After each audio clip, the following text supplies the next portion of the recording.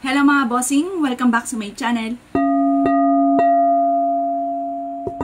Kayo po ba mga bossing ko ay isa sa mga nape-pressure na dahil lubog ka sa pagkakautang at hindi mo malaman kung paano nyo po ito mababayaran kaagad-agad. Basta kalmado ka lang mga bossing. Ang importante, kayo po yung nakakabayad mga bossing ko kahit paunti-unti. Or kaya kung talagang wala kang pambayad at matagal ka na hindi nakakabayad at hinahabol ka na ng inyong mga pinagkautangan, mainam na subukan nyo po ito. Proven po ito. Basta ikaw po ay may positibong pananaw sa buhay, i-mindset nyo na makakabayad na kayo nito ng lahat ng mga pagkakautang ninyo at gawin nyo po itong aking share sa inyo po mga bossing ko. Ugaliin nyo rin ang pagsasabi ng mga magagandang salitain at kalimutan ang daing-daing mga bossing. Kasi was ikidaing na daing. Kadaing-daing talaga ang mga magaganap. Kaya kung ayaw nyo kadaing-daing ang maganap, kalimutan nyo na yan daing dahil hindi makakatulong yan sa atin mga bossing ko. Ipagpasa Diyos nyo kung ano yung mga nagaganap sa inyo na kadaing-daing. Doon nyo sabihin sa mahal na Panginoon at huwag ugaliin ang pagsasabi ng mga pangit. Kaya kung kayo po yung nagnanais na mabago-bago mga bossing ko at nag-iisip ka sa ngayon ng mga madaling pamamaraan, subukan nyo po ito. Kaya kung kayo po naniwala, ang video ito ay para po sa inyo.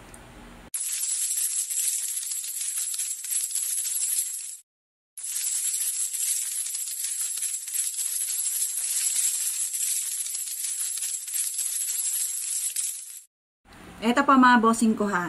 Kailangan gumana ang ating law of attraction ha. Kailangan huwag kang kukontra sa mga ninanais ninyo. Ngayon pa mga bossing, ang kailangan lamang po natin ay tubig. Yan.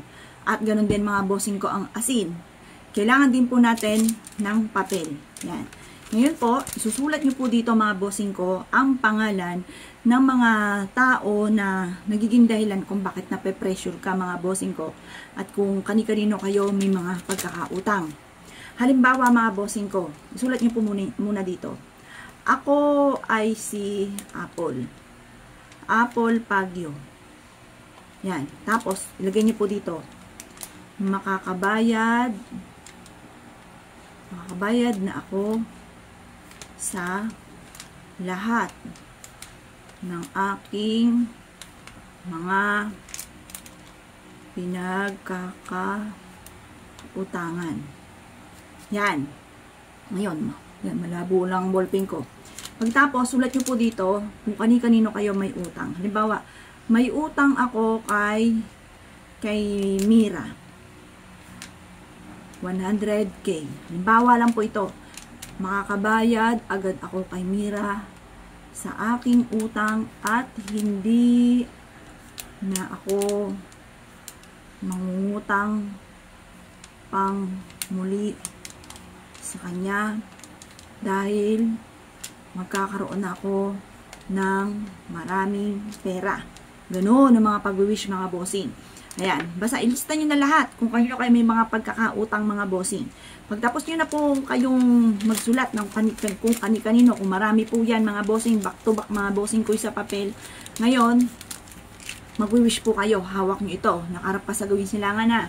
Sa umaga nyo ito gagawin ng mga bandang alas 7. Makakabayad na ako sa lahat ng aking pagkakautang at kailanman na hindi na ako muli mangungutang pa at magkakaroon ako ng napakaraming pera. Tapos, lublob nyo po ito.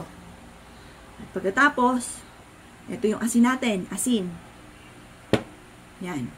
Lagyan nyo lang siya ganyan. Yan. Ayan mga bossing. Ibilad nyo lang ito sa sinag ng araw ng 1 linggo. Paulitin nyo po muli ito sa susunod na linggo. Kada linggo papaltan, ganun po muli ang gagawin po ninyo. Mapapasin nyo pa mga bossing ko, unti-unti kang makakabayad mga bossing ko or makakabayad ka kaagad-agad sa mga pinagkautangan ninyo. Laging ugaliin tuwing umaga, pagising sa umaga, pasok ang swerte, buksan ang pintuan, lumabas ang malas, hawi ng mga kurtina, papasukin ng liwanag ng sinag ng araw, pasok ang swerte, lumabas ang malas, ganun. Makakabayad na ako sa mga pagkakautang at magkakaroon ako ng napakaraming pera.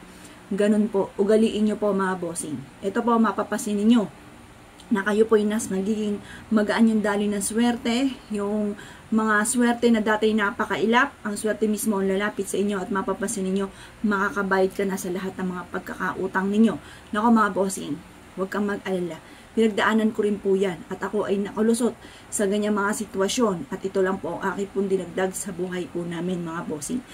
Kaya kung ikaw ay maraming mga problema, nahihirapan ka na sa ngayon, huwag kang mag-alala. Yan po ay malalampasan nyo rin at mapapasin ninyo mas magiging magaan ang daloy ng swerte matapos nyo po itong gawin at mapapasin ninyo na kayo iaadya kung saan lagi kayo ay suswertehin at mas magiging magaan ang buhay, yung takbo ng pamumuhay. Hindi napakailap ng swerte na parang kahit anong gawin kayo ay sa walat wala.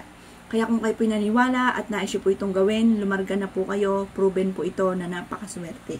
Ngayon po mga bossing, subukan nyo po itong gawin at mapapasin ninyo na mas magiging maginhawa, magaan, ang daloy ng swerte mga bossing. Na parang hindi mo inaasahan na may mga dumarating na tulong, may dumarating na mga ideas, na dito pala kayo magiging matagumpay. Kaya kung kayo po naniwala at nais po itong gawin, ay siya mga bossing, good luck po sa inyo po lahat.